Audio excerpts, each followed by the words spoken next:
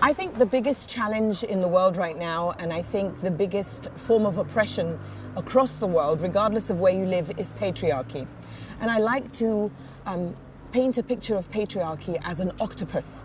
And patriarchy is the head of the octopus, and then the seven tentacles of the octopus, the seven tentacles of the octopus are the various forms of oppression that patriarchy uses across the world. So there's one tentacle that is white supremacy or racism, another tentacle is capitalism, another tentacle is homophobia, transphobia, ableism, all of this. But the head of all of this is patriarchy. And it doesn't matter where you live. You can live in a democracy like Spain, you can live in an absolute monarchy like Saudi Arabia, you can live in China where the Communist Party has been in power for almost 70 years, or you can be in the United States with a two-party system. Patriarchy is the form of oppression that straddles the entire world. I was born in Egypt and to a Muslim family, and the Islam that we practice in Egypt is very different than the Islam we practice in Saudi Arabia. So I learned very early on when we moved to Saudi Arabia that there are many different kinds of Islam. There isn't one kind of Islam. And the Islam that was practiced in Saudi Arabia was a very conservative, very ultra-Orthodox kind of Islam that I was very unfamiliar with. So my parents met in medical school in Egypt, and they married after they graduated. And then we moved to London because they got a scholarship to get a PhD in medicine. They got a government scholarship. So I grew up in a home where my parents were equal to each other. They met in medical school, they got the same degrees, they both moved to London. But when we were in London, my teachers were always asking me, what does your father do? As if my mother just follows my father around. So I learned in the UK that very little is expected of Muslim women. And then when we moved to Saudi Arabia, I learned that there was a very different kind of Islam that then began to target especially women, like my mother, who couldn't drive in Saudi Arabia. She was driving in the UK, but she couldn't drive in Saudi Arabia. So I learned very quickly that the Islam in Saudi Arabia considers women the embodiment of sin. And I say that when we moved to Saudi Arabia, it was very difficult and it traumatized me into feminism.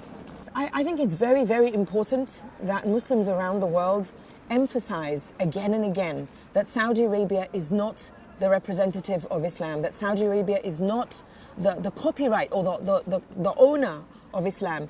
And I think that one of the biggest problems and one of the biggest challenges in doing that is that the two holiest sites for us as Muslims are in Saudi Arabia. So Saudi Arabia acts like the de facto owner of Islam.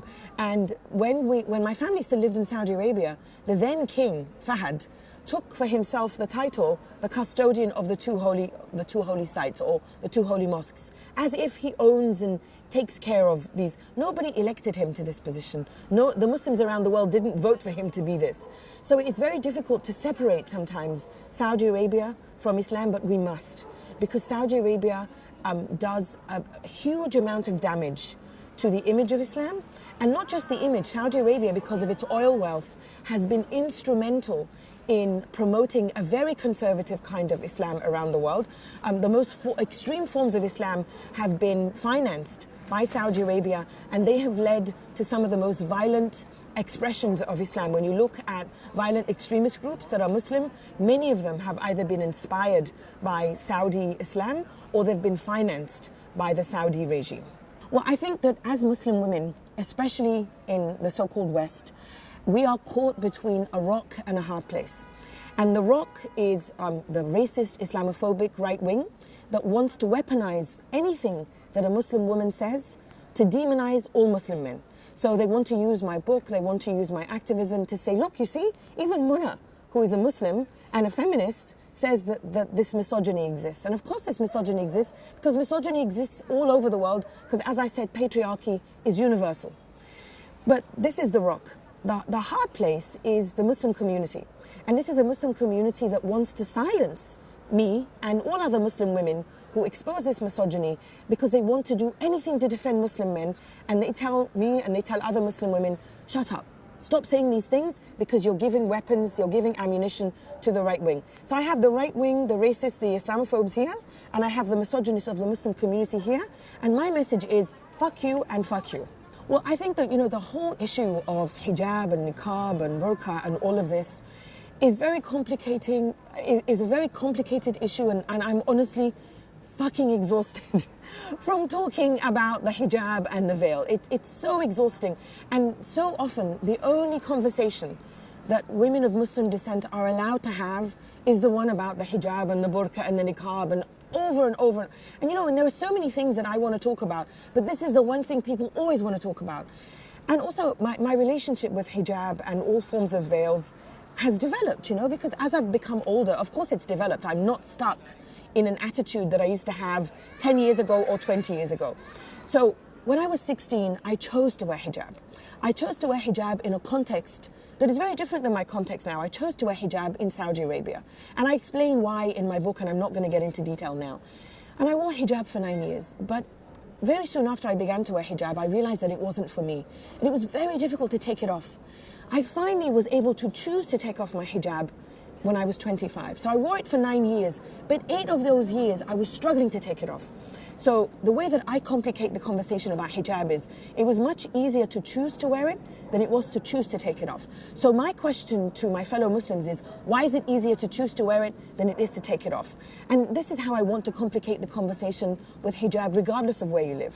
Now, since then, I've taken various forms on niqab. I oppose the niqab unconditionally, regardless of where you live, and I support banning it everywhere, but I would never ally with the right-wing racist groups that push, including here, to ban the niqab because they are not my friends. And realizing along the way, as I developed my views on the hijab and the niqab, that it is often an entry point to a very racist and Islamophobic discussion, I now am on a position where I say, unless you're a Muslim woman, I don't care what you think about hijab. That this conversation, if you are not a Muslim woman, shut the fuck up.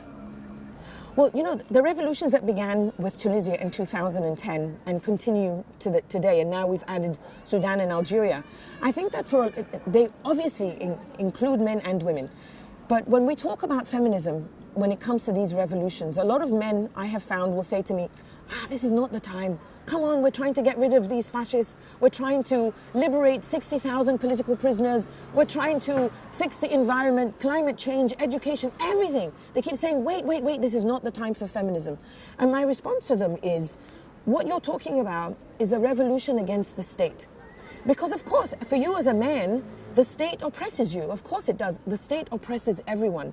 But what I want my brothers in the revolution to understand is that if the state oppresses men and women, the state and the street and the home together oppress women. And I call this triangle the trifecta of oppression. And this is why I insist that without a revolution against this trifecta of oppression, our revolution against the state alone will fail. So I think the best way to answer, can oppression be within religion as well as acted upon religion, is to talk about Islamic feminism, which I don't identify as an Islamic feminist, but I talked about Musawa, this movement for equality and justice in the Muslim family. So Musawa is like an umbrella, and under the umbrella stands Islamic feminists like one of my heroes, the Muslim scholar Amina Wadud, and myself, who is a secular Muslim feminist. And I think it's really important to have the two working in tandem because, for example, in 2005, Amina Wadud was the imam for a Friday prayer in New York City that was mixed gender. Now, in Islam, even though Islam does not expressly forbid women from leading prayer of men and women, it's never done. But Amina Wadud, who is a scholar of the religion, studied the religion and determined that as long as in Islam, as long as something isn't expressly forbidden, it is not forbidden. It's permitted. So Amina Wadud was the imam for a Friday prayer, and behind her prayed 50 men and 50 women. And I was one of those 50 women.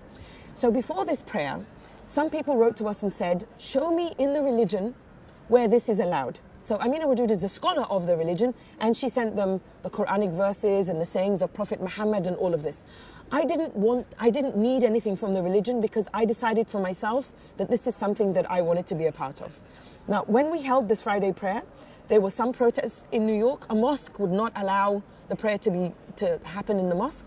An art gallery that wanted to host the prayer received a bomb threat, so they would not take us. So we ended up going somewhere else.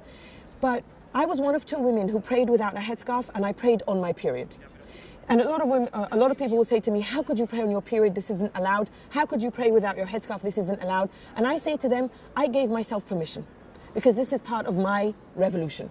So there is Amina Wadud, who is an Islamic feminist who reinterprets the Quran and the sayings of Prophet Muhammad to give people a feminist interpretation of their religion. And here is me, who has my own relationship with the religion, because we are taught that no one is between us and God.